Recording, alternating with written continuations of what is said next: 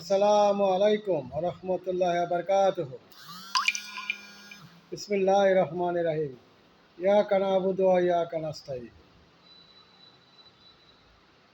আশা করি সবাই আল্লাহর দয়ায় ভালো আছেন। কামনা করি তা আমরা সবাই যাতে ভালো থাকি। আলহামদুলিল্লাহ, মহান আল্লাহ তাআলা সমস্ত প্রশংসার মালিক। আচ্ছা, আমরা যে নামাজ পড়ি, ইমাম, খতিব, মসজিদের রাজা, তারা যা বলবে আমরা তাই শুনতে বাধ্য। এখন আমার প্রশ্ন হলো, খতিব, ইমাম যদি ভুল নামাজ পড়ায়, ভুল সূরা পড়ে, ভুল খুতবা পড়ে, তাহলে কি তার পিছনে নামাজ হবে? আমার প্রশ্ন। মুয়াজ্জিন, সে যদি ভুল আজান দেয়, কতটুকু সঠিক তার আজানটা? যদি সম্পূর্ণরূপে ভুল হয়, একজন মুয়াজ্জিন অজু করিয়া আজানের আগে কি কথা বলতে পারে? আজান দিয়ে কি উচ্চস্বরে কথা বলতে পারে? ডাকাডাকি করতে পারে? হই হুল্লোড় করতে পারে? একামতের সময় ডাইনে বামে সামনে পিছনে কি তাকাইতে পারে? যদি এগুলি করে, তাহলে কি তার আজানটা বা তার মুয়াজ্জিন যে উনি, এটা কি সঠিক?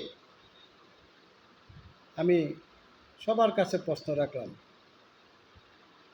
একজন শিক্ষক যদি নির্ধারিত ইমাম খতিব মসজিদে উপস্থিত না থাকে, ওনাকে যদি বলা হয় যে আপনি নামাজ পড়ান, উনি যদি বলে না আমি নামাজ পড়াবো না, আমি নামাজের দায়িত্ব নিয়ে নেই, পরবর্তীতে দেখা গেল ওই মসজিদ কমিটির প্রভাবশালী ব্যক্তি যদি আসেন দৌড় দিঘা ইমামতি করে, তাহলে কি আমরা যে তার পিছনে নামাজ পড়ি, এখন তো তার প্রতি আমাদের কোনো শ্রদ্ধা নাই।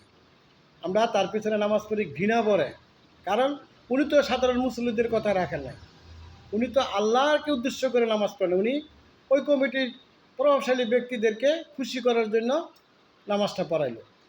তাহলে তার পিছনে তো নামাজ সঠিক হইব কিনা আমি জানি না, আমি তার ইসলামী লাইনে লেখাপড়া করি নাই। যদি আমার এই লেখাটা পড়ে ভিডিওটা দেখে কেউ যদি বলেন যে ওই খতিব, ইমাম, মুয়াজ্জিন এবং শিক্ষকের পিছনে বা আজান সঠিক হয় কিনা, এটা আপনারা ভালো বর্ণনা করবেন। সবাই ভালো আছেন, আশা করি ভালো থাকবেন। আমার প্রশ্ন হলো, আমরা আল্লাহরকে সন্তুষ্ট করার জন্য যাতে নামাজ পড়াই, আজান দেই, মাদ্রাসার শিক্ষকতা করি, কমিটির প্রভাবশালী ব্যক্তিদেরকে যাতে খুশি করার জন্য আমরা যাতে নামাজ না পড়াই, মাদ্রাসার শিক্ষকতা যাতে না করি। আমরা যদি তোষামতি করি, আল্লাহর করি, কোনো প্রভাবশালী ব্যক্তিদেরকে যেন আমরা তোষামতিগুলি না করি। যদি তোষামতি করতে হয়, আমরা মসজিদ এবং মাদ্রাসা যাতে ছেড়ে দিই, আমরা যাতে বাজারে যাই, যেখানে নিকৃষ্ট জায়গা পৃথিবীর, ওইখানে গিয়ে তোষামতি করি। জানি না আমি সঠিক বললাম কি না। সবাই ভালো থাকবেন, আল্লাহর দয়ায় আমি কামনাও করি আমরা সবাই যাতে আল্লাহ আমাদেরকে ভালো রাখেন, ইনশাল্লাহ।